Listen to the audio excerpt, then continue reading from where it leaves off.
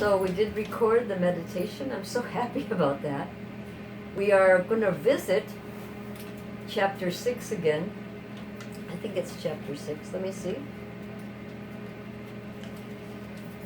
And we're going to revisit karma. And the reason, yes, chapter 6, the reason I'm going to finish up this chapter revisiting karma is that karma is so often misunderstood. And when it's misunderstood, it sounds fatalistic or a punishment. People say, oh, that was your karma. It's misused. So karma means action. Actions of body, speech, and mind. So what our mind thinks, its intention, steers our actions of speech and our bodily actions. So our intentions are so important. What you intend to do. Today I met with 2 people, a man and a woman, who are going to be married next Saturday. They're so excited. It was so much fun. And when I met with them, there's a part of the ceremony that's called the declaration of intent. And I'm thinking, perfect. Because if you make that declaration, if you say it out loud, that commitment ceremony, this is my intention. And theirs is to love one another. And they have some very beautiful readings, but there's a declaration of intention about how wise, just part of the ceremony. And as we're going through this chapter, Sangyo Rinpoche talks about don't disregard any action, however small. Each drop in a vessel fills the vessel. So there are 4 laws of karma. We have talked about karma many, many times. And as we think of these 4 laws, I'd like you to see if you can recall them. The first one is if you plant carrot seeds, carrots grow. So if you engage in positive actions, you'll have the positive response. So there is a relation between our actions and the result. So karma means action, but when we speak of karma, we're talking about the laws of karma, the laws of actions and their effects. The effects are our experiences. Our mind is no more than our experiences unfolding. So, the other one is that if you engage in an action, you will experience the result. If you don't engage in an action, you won't experience the result. There is no shelf life. They won't disappear. The actions that you engaged in on a small child still matter. And then the 4th law is that our actions ripen as our rebirth. And that's what Sangyo Rinpoche is really paying attention here in the book of Living and Dying, to the idea of rebirth. And Buddha said, what you are is what you have been. It's so worthy of contemplation. What did you do today? Think about what you have done just this day, if you can still remember. So this morning I awoke. I was able to spend, a good amount of time loving my dogs, just petting and loving my dogs.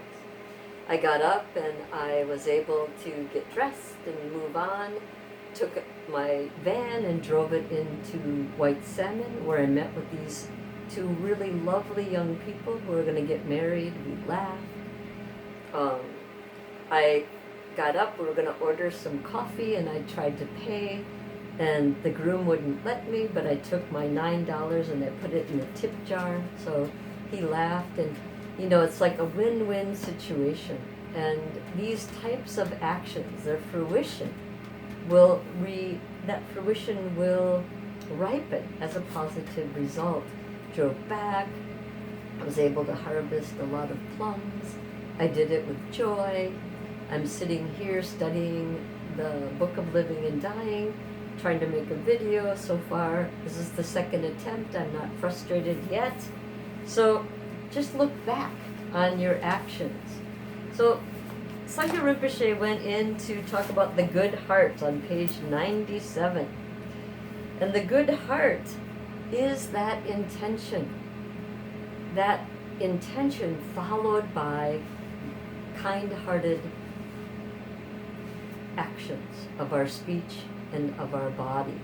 Yesterday I went to what's called bystander intervention, and all of us there were 50 of us gathered. It was a great training, but what we did is we made a commitment that if there is someone being targeted, we have a commitment that we will stand next to and aid in whatever way we can with what we have to protect and defend the people that are being targeted as well as others.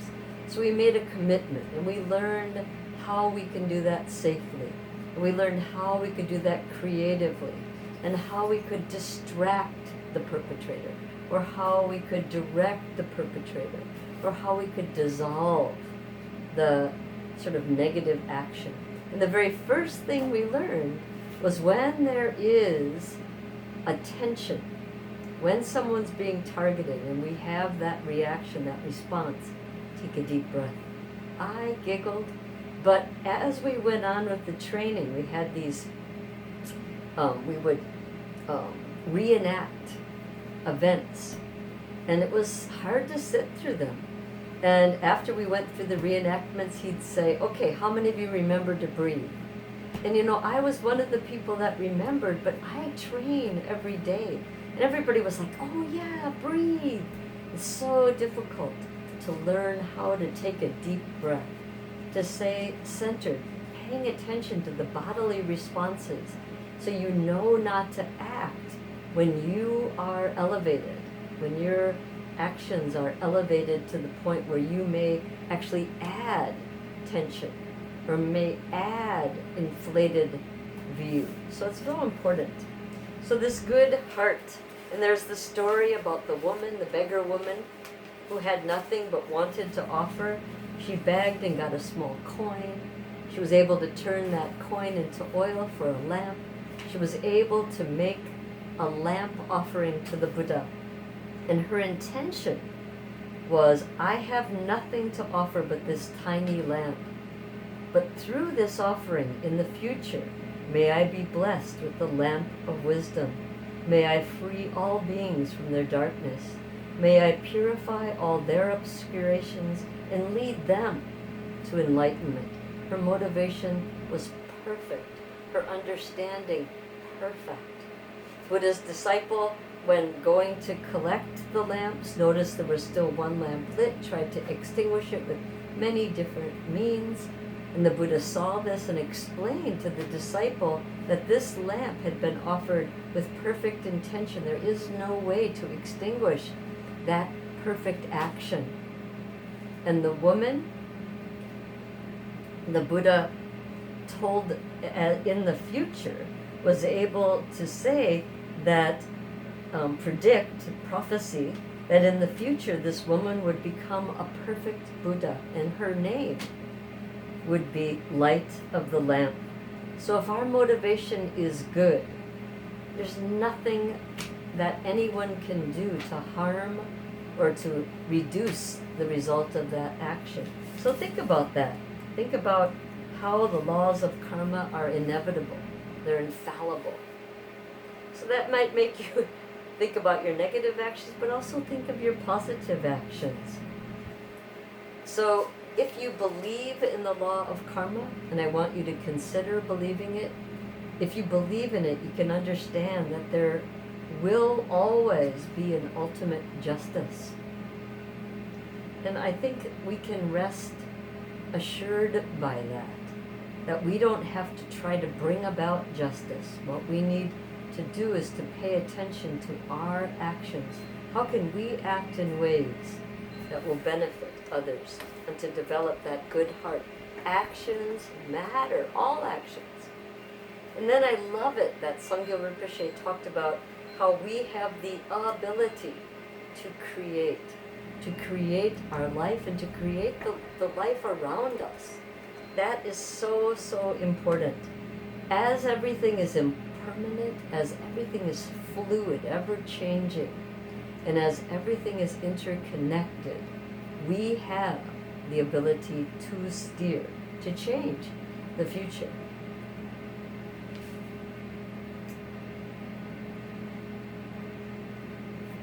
So we have responsibility. And that responsibility will play out at the end of our life. At the end of our life, we will have a panoramic view of all the actions we've engaged in and how they resulted. I told a man named George, I went to visit him on Saturday with his power of attorney named Joella. Joella has Parkinson's disease, so she can no longer drive. So I drove to Hood River to pick up Joella, to drive her to what's called Stevenson, where George is living and dying. And so we went to George's apartment in the basement of a house. And while we were discussing, one of the things I discussed with George is to remember that panoramic view of his life. And as the mind is recalling all of the actions you've engaged in, not to be shocked by that, to look upon that, to accept that, and to keep his mind geared toward the good heart, so that the last action of George's life will be in a line to those good actions and will result in a fortunate rebirth. So very important. It's very common that people who have had near-death experiences have experienced that panoramic review, and so I think we can pay attention to that. Maybe we will experience that panoramic view. Reincarnations in Tibet, we need to see, do we believe in it? Tibetans believed in it, and they believed in it to the effect of always looking for the master's rebirth, the tukas, because they didn't want the wisdom of their masters to be lost, and the masters would take rebirth in a situation, and they would find these tulkas, young tulkas, and then they would be raised in a very specific, oftentimes very strict way. And Sogyal Rinpoche told the story of his master, who was Kensei Rinpoche, and how the master was raised in that exact way, and that his master was very strict with him. The master was going to leave, and so his last departing words was, "This book, I want you," and it was the story of the chanting the names of Manjushri. And so the master told the young Tukul, who was Sogyal Rinpoche's teacher, Kensei, that he needed to memorize it by evening. But the Tukul spent the whole day playing, and all the people surrounding him were very nervous. But right before the master came home, he went one time through the book and then was able to recite word for word what was in the book. And the reason for that is because they already know. And it is through these accounts that we see some of the most amazing, or hear some of the most amazing things. Whether or not you believe it is up to you. And lastly, I want you to consider His Holiness the Dalai Lama, who they believe is a reincarnation of Avalokiteshvara, and to think about all the actions you know of His Holiness, and how His Holiness's actions have been no more than, no less than, the actions of the Buddha of compassion, and how he was able to turn that awful time in the 50s when the Chinese invaded and took over, and people fled, the Tibetan people fled, and many people were murdered and killed.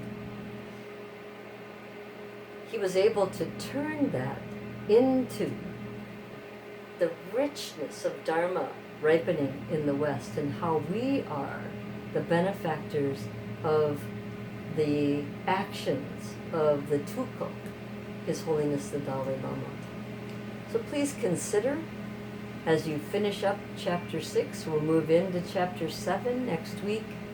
I care about each and every one of you deeply. My trip to Madison was very, very beneficial from my point of view. I was able to meet and teach and talk to many of you. It was a full visit, and a visit that also helped us understand that I am moving and that I will take residence in Washington. I will be officially a part of the community after 6 months, which will be right in November, and I look forward to that. I hope all of you will come and visit me. You have an open invitation, and we dedicate what we have done for others, understanding the laws of karma. That action of dedication is that belief in karma, that others will also have a very rich and full experience of the Dharma in the future. Thank you.